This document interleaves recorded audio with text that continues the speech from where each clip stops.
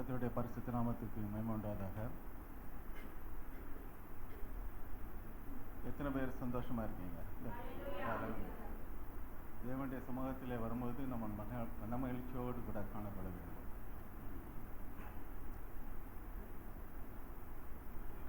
சற்று நேரம் தலைகளை தாக்கி தேவனை நாம் வேண்டிக் கொள்ளப் போகிறோம். தேவன் செய்த நன்மைகள் 25 வருடத்திலே தேவன் செய்த நன்மைகள் அநேகமாக இருக்கிறது. 26ஆம் ஆண்டு நாம் இந்த இடத்துல இருப்பது நம்முடைய சுயத்தினாலோ நம்முடைய பலத்தினாலோ நம்முடைய செய்களினாலே அல்ல, தேவனுடைய பரிசுத்த கிருபையினாலே நாம் இங்கே கூடி வந்திருக்கிறோம் அல்லவா? அவருக்கு நாம் நன்றி செலுத்தும்படியாக இந்த கால வேளையிலே நான் உங்களை வேண்டிக் கொள்கிறேன். அதன் மூலமாக நம்ம கலைகளை தாழ்த்தி இந்த வேளையிலே சிறிது நேரம் தேவனை நன்றி செலுத்தும்படியாக நான் உங்களை வேண்டிக் கொள்கிறேன். அன்பின் பரலோக தகப்பனே சுவாமி, இந்த அருமையான நல்ல காலை வேளைக்காக உமக்கு நன்றி செலுத்தணும் அப்பா. 2026 ஆண்டவரே, ஜனவரி 4ஆம் தேதி முதல் ஞாயிற்றுக்கிழமையாக இருக்கிறதப்பா. உண்மை ஆராதிக்கும்படியாக நாங்கள் கூடி வந்திருக்கிறோம். உண்மை ஆராதித்தோமே அப்பா. ராஜா, நீர் எல்லாவற்றையும் நீ கேட்டு அதற்காக உமக்கு நன்றி செலுத்தணும் அப்பா. நீர் கொடுத்த நன்மைகளுக்காக உமக்கு நன்றி செலுத்துகிறோம். சுகத்துக்காக, பலத்துக்காக ஆண்டவரே, நீர் கொடுத்த எல்லா விதமான ஆசீர்வாதங்களுக்காக உமக்கு நன்றி செலுத்தும்படியாக இந்த வேளையில கடந்து வந்திருக்கிறோம். ராஜா, நீர் நல்லவர், வல்லவர், வாக்கு மாறாத தேவன். ஆகவே உமக்கு நன்றி செலுத்துகிறோம் அப்பா. ஆண்டவரே, நீர் எங்கள் மேய்ப்பராக இருக்கிறீர் ராஜா. ஆண்டவரே, நான் வழி தப்பி போனாலும் நீர் எங்களை நேசிக்கிற தகப்பனா இருப்பதற்காக உமக்கு நன்றி செலுத்தணும் அப்பா.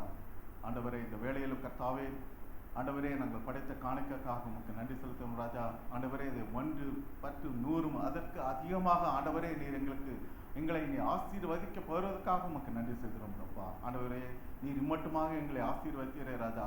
அதற்கு எண்ணத்தை செலுத்துவோம். ரத்தத்தின் பாத்திரத்தை எடுத்துக்கொண்டு ஆண்டவரே நாங்கள் தொழுதுகுள்ள வந்திருக்கிறோம் ராஜா. இந்த கால வேளையில ஆண்டவரே, இங்கு கூடியிருக்கதான ஒவ்வொருவரையும் ஆண்டவரை நீ அறிந்திருக்கிறீர். அவரை நோய்க்கங்களை அறிந்திருக்கிறீர் ராஜா.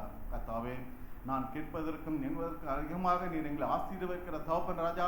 ஆண்டவரே, அவர்கள் தேவைகள் எல்லாவற்றையும் நீர் அறிந்திருக்கிறீர். ஆண்டவரே, நாங்கள் கேட்பதற்கு முன்னதாக நீர் எங்களை தெரிந்து கொண்டீர், எனக்கு அறிந்து கொண்டீர் ராஜா. அதற்காக உமக்கு நன்றி செலுத்துகிறோம் சுவாமி. ஆண்டவரே, இந்த ஆலயத்தின் தேவைகளை விட ஆண்டவரே, இந்த காலை வேளையில் நம்முடைய சமூகத்தில் நாங்கள் ஒப்படைக்கணும் ராஜா. ஆண்டவரே, Proverbs 3:10 சொல்லுகிற பிரகாரமாக ஆண்டவரே, the bonds will be overflowed Lord. ஆண்டவரே, ஆண்டவரே, அந்த வார்த்தையின்படி ஆண்டவரே, இந்த ப்ராமிஸை இந்த சர்ச்சுக்காக நான் வைக்கிறேன் ராஜா. ஆண்டவரே, அதை நாங்கள் பெற்றுக்கொள்கிறோம் ராஜா. இந்த கால வேளையில கர்த்தாவே, ஆண்டவரே, இந்த சர்ச்சை நீர் அபரிதமாக நீ ஆசீர்வதிக்குமா ஜெபிக்கிறேன். சர்ச்சினுடைய ஆத்மாக்களே ஆண்டவரே, தேவையை எல்லாவற்றையும் நீ சந்திக்க வேண்டுமாறு ஜெபிக்கிறேன். நீ மட்டுமாக சந்தித்த தேவன் இனியும் சந்திக்க வல்லவர் என்பதை நான் விசுவாசித்து உமக்கு நன்றி செலுத்தும்படியாக கடந்து வந்திருக்கிறோம் ராஜா.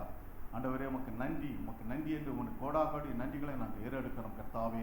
அருமையான போதற்காக நன்றி செலுத்தி நம்ம குடும்பத்தையும் ஆண்டவரே நீர் ஆசீர்வதிக்கும்படியாக ஆண்டவரே, இந்த காலை வழியில் நாங்கள் உண்மை நோக்கி வந்திருக்கிறோம் கர்த்தாவே. நீர் பலவிதமாக ஆசீர்வதித்து வழி நடத்தும் என்று கெஞ்சி கேட்கிறோம் அப்பா.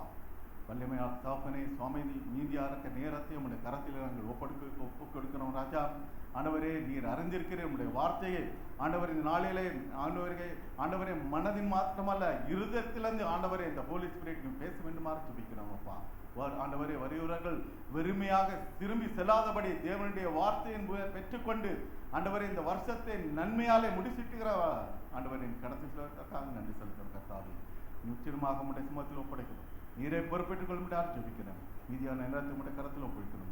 இயேசுவின் நல்ல நாமத்தில் ஜெபிக்கிறோம் ஜீவனுள்ள நல்ல பிதாவே, ஆமென். I praise the Lord. Happy New Year to all of you. I love seeing your smiling faces and your beautiful faces. இந்த காலவெளியிலே ஒவ்வொருவரும் இயேசுவின் நாமத்தில் நான் வாழ்த்துகிறேன். அது மாத்திரமல்ல, ஒவ்வொருவருக்கும் என்னுடைய புத்தாண்டு நல்வாழ்த்துக்களை தெரிவித்துக் கொள்வதோடு இந்த நாளிலே உங்கள் ஒவ்வொருடைய முக மலர்ச்சியை உங்களோட முகத்திலே நான் பார்க்கிற அந்த சந்தோஷத்தை பார்க்கும்போது உண்மையாகவே நான் மகிழ்ச்சி அடைகிறேன். I can speak in Tamil, ஆனா பாதியில I will forget some words, so forgive me for that. Okay, அவங்க அக்கா கொஞ்சம் தமிழ் பேசுவாங்க, ஆனாலும் சில நேரங்களில் சில தடுமாற்றம் இருக்கிறதுனால நான் ஆங்கிலத்தில் நான் பேசுகிறேன். So New Year promise card when they were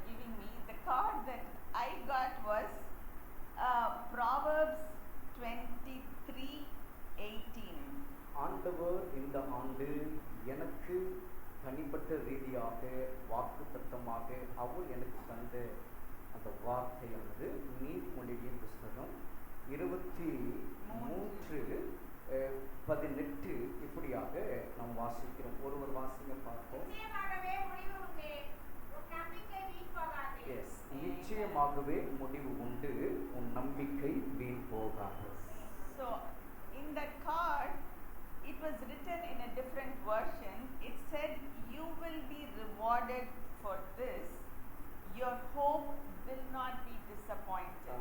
எனக்கு கிடைத்த அந்த அட்டையில், அந்த வாக்குத்தத்த அட்டையிலே ஆங்கில மொழிபெயர்ப்பானது சற்று வித்தியாசமாக சொல்லப்பட்டது. அது என்னென்றால், இந்த காரியத்திற்காக உனக்கு இந்த பலன் உண்டு, Your hope will not be disappointed. நம்பிக்கை வீண் போகாது. அந்த வார்த்தையை காட்சினா இந்த காரியத்துக்காக உனக்கு பலன் உண்டு அப்படின்ற ஒரு வார்த்தை. So hope is a beautiful word. நம்பிக்கை என்பது ஒரு அழகான ஒரு வார்த்தை. I had hopes for my life in a lot of different ways. பல விதங்களிலே என்னோட வாழ்க்கையிலே என்னோட நம்பிக்கையானது பார்க்க முடியும்.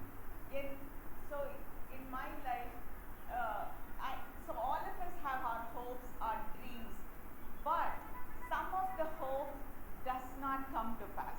Correct? ஒவ்வொருடைய வாழ்க்கையிலும் நம்பிக்கையானது இல்லாவிட்டால் கனவுகளானது இருக்கும், ஆனால் அது எல்லாமே நடப்பது கிடையாது. So when I had a lot of dejection, depression, I was questioning God, why are my hopes not valid sometimes? என்னுடைய வாழ்க்கையிலும் அப்படிப்பட்டதான ஒரு சூழ்நிலைக்குள்ளாக நான் தள்ளப்பட்டிருக்கிறேன். பல நேரங்களிலே சோர்வுக்குள்ளாக, சில நேரங்களிலே வருத்தங்களுக்குள்ளாக, சஞ்சலங்களுக்குள்ளாக நான் போயிருக்கிறேன். சில நேரங்களில் ஆண்டவரை பார்த்து நான் கேள்வியும் கேட்டிருக்கிறேன், ஏன் என்னோட நம்பிக்கைக்கு ஒரு பதில் இல்லாமல் போனது என்று சொல்லி. So Proverbs 13:12 says like this, hope deferred makes the heart sick. Proverbs 13:12 says, நீதிமொழிகள் 13:12 சொல்லுகிறது, இப்படியாக நாம் வாசிக்கிறோம். Yes, yes. Amen. So hope, if it doesn't come to pass, it makes our heart sick. சில நேரங்கள் நம்முடைய நம்பிக்கையானது நம்முடைய வாழ்க்கையிலே நிறைவேறவில்லை என்றால் நம்முடைய சரீர பிரகாரமாக நாம் சுகவீனம் அடைகிறோம், இல்லை அப்படி சோர்ந்து போகிறோம், பலவீனப்படுகிறோம். So how can we make sure that this hope that we have always brings the true tree of life? So the next part of the verse says, but a longing fulfilled, or if that hope is fulfilled, it brings the tree of life. ஆனால் சில நேரங்களில் நமக்கு காத்திருக்கிற அந்த நம்பிக்கையானது ஒரு நாள் நம்மளோட வாழ்க்கையிலே அந்த நம்பிக்கையானது நிறைவேறும் போது நாம் வாசித்த அந்த வசனத்தில் சொல்லுகிறது போல நம்முடைய இதயத்தை அது என்ன செய்கிறதா மகிழ்ச்சிக்குள்ளாக, அப்படின்னா விரும்பினது வரும் பொழுது அது ஜீவ விருட்சம் போல் இருக்கும். அப்ப நம்முடைய இருதயம் ஒரு ஜீவ விருட்சம் போல மாறக்கூடிய ஒரு நிலை நம்ம நம்பிக்கை நிறைவேறும் போது காணப்படுகிறது. So God taught me how to have this hope. So our desires, our hope, it has to be according to the will of God all the time. அப்போ இந்த நம்பிக்கை எப்படி என் வாழ்க்கையிலே அது மாற வேண்டும், நடக்க வேண்டும் என்பதை குறித்து கர்த்தர் எனக்கு கற்றுக் கொடுத்தார். Amen. So if I had a desire, sometimes if it did not come to pass, I will get angry, sometimes even with God.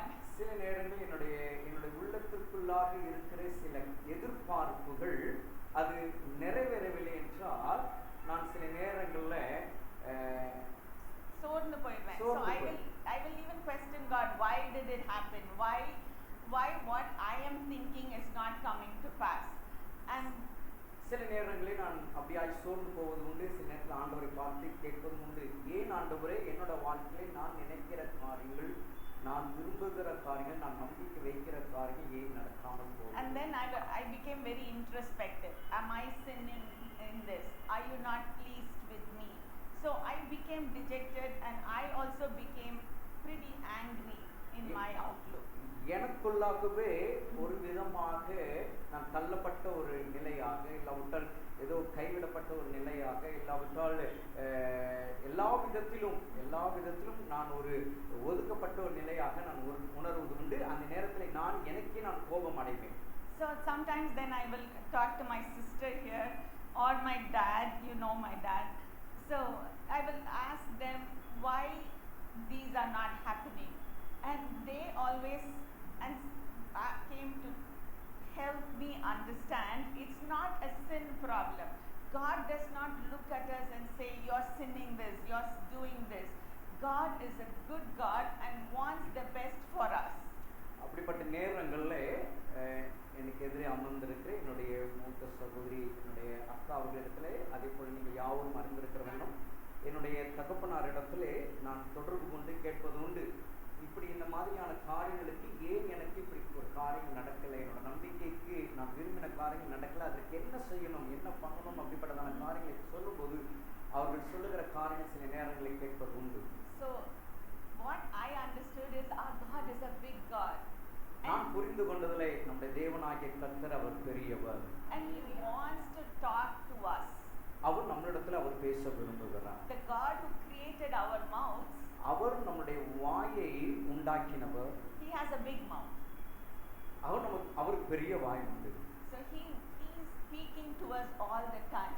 அவர் எல்லா நேரமும் அவர் நம்மோடு அவர் பேசுகிறவராக இருக்கிறார். So when we submit our hopes and our dreams to him, நம்முடைய வாழ்க்கையும் நம்முடைய கனவுகள் நம்முடைய நம்பிக்கை அவரிடத்தில் நாம் அர்ப்பணிக்கும் போது he changes our hopes according to his will beautifully. அவருடைய சித்தத்தின்படியாக நம்முடைய நம்பிக்கையையும் எல்லாவற்றையும் அவர் மாற்றி அமைக்கிறவராக இருக்கிறார். அப்பொழுது அது பார்க்க அழகாக உள்ளது. So this new year I want to encourage all of you. இந்த புது வருஷத்துல உங்கள் ஒவ்வொருவரையும் நான் உற்சாகப்படுத்தும் வண்ணமாக I want you to write down your desires. இந்த உங்களுக்கு ஒரு அன்பாய் நான் சொல்லுகிற ஒரு காரியம் என்னவென்றால், இந்த ஆண்டிலே கர்த்தர் உங்களுக்கு செய்யணும்னு நினைக்கிற காரியம், உங்களுடைய மன விருப்பம் எல்லாவற்றையும் ஒரு காலிலே நீங்கள் எழுதுங்க. Sometimes it could be your resolutions that you made. அது சில நேரங்களில் ஒரு முடிவு எடுக்கக்கூடியதாகவும் இருக்கும். And as you're writing it down, keep praying over it. அது நீங்கள் எழுதின உடனே அதன் மேல் உங்களுடைய கைகளை வைத்து செபிக்க ஆரம்பிங்கள். செபித்து கொண்டே இருங்கள். And because God will change our desire sometimes to align with his will, and you will see it through the year. ஆண்டவர் அப்படியாக நம்முடைய ஜெபத்தை கேட்டு நம்முடைய சித்தத்தை அவருடைய சித்தத்திற்கு மாற்றி அதை அழகுபடுத்தி அதை நம்முடைய வாழ்க்கையில செய்ய ஒரு உண்மையுள்ளவராக. Because he changed my heart to understand his desire. என்னுடைய வாழ்க்கையிலே ஆண்டவர் அப்படி எனக்கு செய்திருக்கிறார். You know, I have two beautiful children. எனக்கு அழகான 2 பிள்ளைகள் உண்டு. So I used to think they have to do this, they have to do this. So not my desire, even sometimes if it gets fulfilled, did not bring joy at the end. அநேக நேரங்களில் என்னோட பிள்ளைகளிடத்திலே அவர்கள் இதை செய்யணும் அதை செய்யணும் நான் விரும்புவேன்.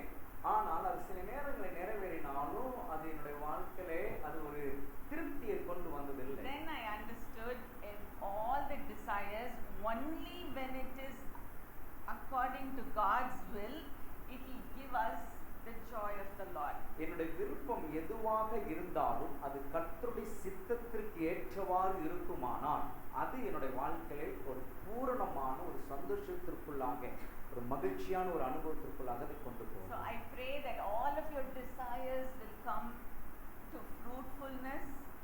ஆகவே உங்களுக்காக நான் ஜெபிக்கிறேன். உங்களுடைய மன விருப்பங்கள் இந்த ஆண்டிலே எதுவாக இருந்தாலும் அதை எல்லாம் உங்களுக்கு நிறைவேறும்படியாக. But you keep hearing God that it is according to God's will. இந்த நாட்களிலே நீங்கள் கர்த்தருடைய சத்தத்தை உங்களுடைய காதுகளிலே கேட்கிறவர்களாக நீங்கள் இருந்து உங்களுடைய சித்தம் உங்களுடைய விருப்பம் நிறைவேற ஒப்புக்கொள்ளுங்கள். And then it is a surety.